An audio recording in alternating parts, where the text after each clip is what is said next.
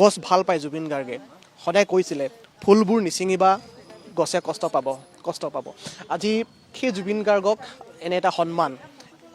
এক উদ্ভিদ যিবিধ উদ্ভিদ বিশ্বৰ এতিয়া সকলো প্ৰান্তে প্ৰান্তে মানুহে গম পাব আবেগিক কৈছে তথাপিও অকণমান বৌ কেনে লাগিছে আজি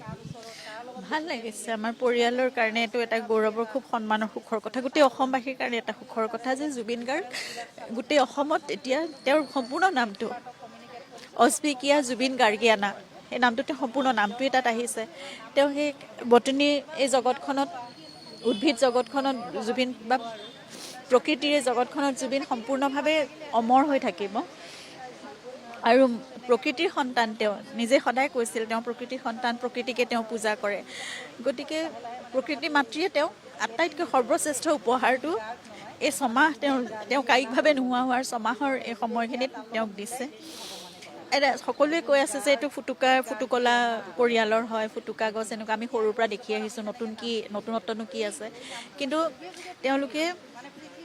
যিমানখিনি গৱেষণা আছে যিমানখিনি তেওঁলোকে পৰীক্ষা নিৰীক্ষা কৰিব লাগে সকলোখিনি বা আন্তৰ্জাতিক বহুত পৰ্যায় তেওঁলোকে অতিক্ৰম কৰিব লগা হৈছে এই সকলোখিনি পাছ কৰি তেওঁলোকে সেইখিনি মানে একচেপ্টেঞ্চটো পাইছে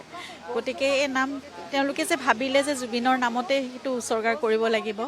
সেইকাৰণে আমাৰ সকলোৰে কাৰণে গোটেই অসমৰ কাৰণে আচলতে এটা গৌৰৱৰ কথা অস্বিকীয়া জুবিন গাৰ্গিয়ানা এতিয়া গোটেই পৃথিৱীতে সকলোৱে চিনি পাব সকলোৱে মানে জানি থাকিব আৰু ইয়াৰ ওপৰত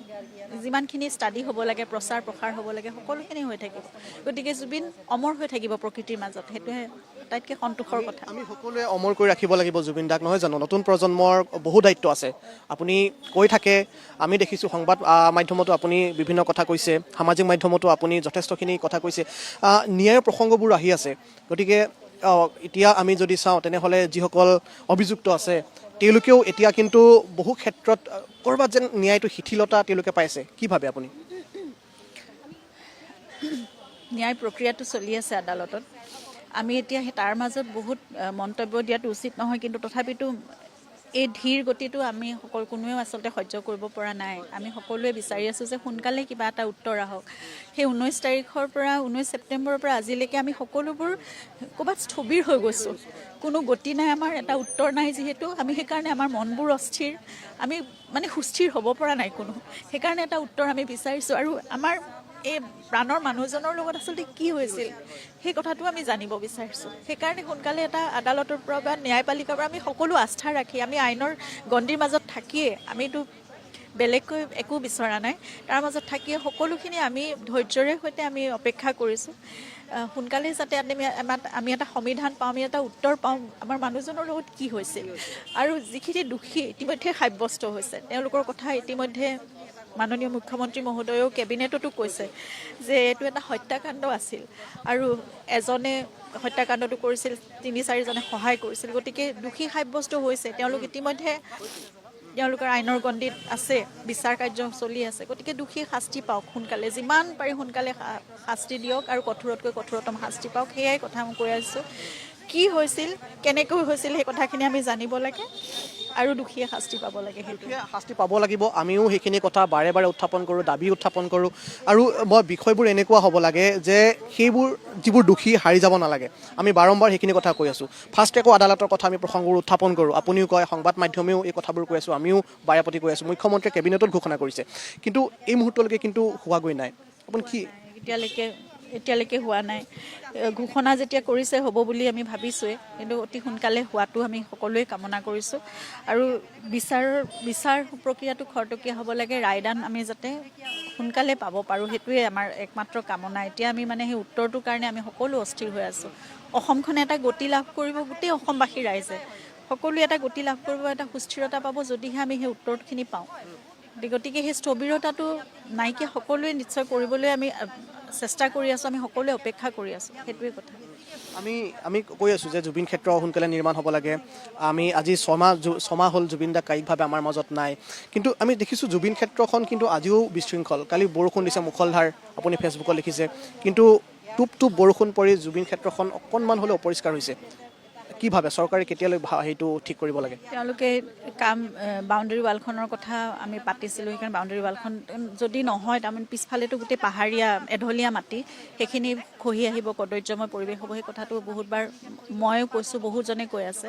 সেইখিনিৰ ব্যৱস্থা তেওঁলোকে পদক্ষেপটো আৰম্ভ কৰিছে। কামবোৰ অলপ ক্ষিপ্ৰতৰ হ'ব লাগিব, কাৰণ এতিয়া বৰষুণ আৰম্ভ হৈয়ে গ'ল। গতিকে ঠাইখিনি আমি সুৰক্ষিত কৰি ৰাখিবলৈ আৰু গোটেই যিমানবোৰ তাত বস্তু বাহানি আছে, বহুত লোকেও মৰমতে জুবিনক বহুত বস্তু উপহাৰ দিছে, তাতে তেনেকৈ মুকলিভাৱেই থকা নিচিনাকৈ আছে, কাৰণ সাধাৰণভাৱে দুটা তম্বুৰ নিচিনা দুটা ঘৰ কৰিহে ৰখা হৈছে। এই গোটেইবোৰ সংৰক্ষিত কৰিবলৈ, সুৰক্ষিত কৰিবলৈ হ'লে সোনকালে কামবোৰ অলপ খৰতকীয়া হ'ব লাগিব। আৰু এতিয়া বৰদৈচিলা আহিব আৰু বৰষুণৰ বতৰ ইতিমধ্যে আৰম্ভ হ'ল, গতিকে কামখিনি খৰতকীয়াকৈ হ'ব লাগিব। আৰু জুবিন ক্ষেত্ৰখন এতিয়া অকল সামান্য এখন সমাধি ক্ষেত্ৰ হৈ থকা নাই, গতিকে জুবিন ক্ষেত্ৰখন সেই এটা বিশেষ মানে ৰূপ দিবলৈ বা বিশেষ পৰ্যায় দিবলৈ পৰ্যটন ক্ষেত্ৰ হৈ পৰিছে।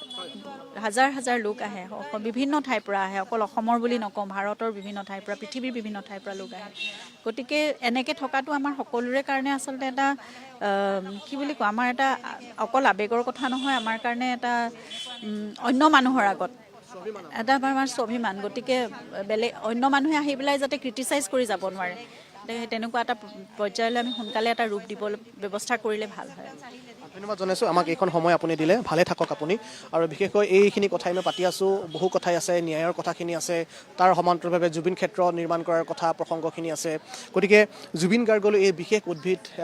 যেনেধৰণে তেওঁলোকে আগবঢ়ালে, এই কথাখিনিও আছে। গতিকে আপোনালোকক আমি সামগ্ৰিকভাৱে পৰিৱেশটো অকণমান দেখুৱাইছোঁ, কথাখিনি শুনাইছোঁ। পামিবা আছে, তেওঁৰ হাতত আমি দেখুৱাইছোঁ। এয়া খুব ধুনীয়াকৈ যি উদ্ভিদ এইজোপা অকণমান জিন্তুৱে দেখুৱাব খুব ধুনীয়াকৈ, যিবিধ আমাৰ প্ৰাণৰ শিল্পীগৰাকীলৈ ডিটেইলছখিনি আছে। মই অকণমান পামিবাৰ সৈতে কথা পাতিম। কেনে লাগিছে? জুবিনদাই সেউজীয়া ভাল পায়, সেউজীয়াৰ এগৰাকী কৃত্ৰিম মানে মানুহ আছিলে।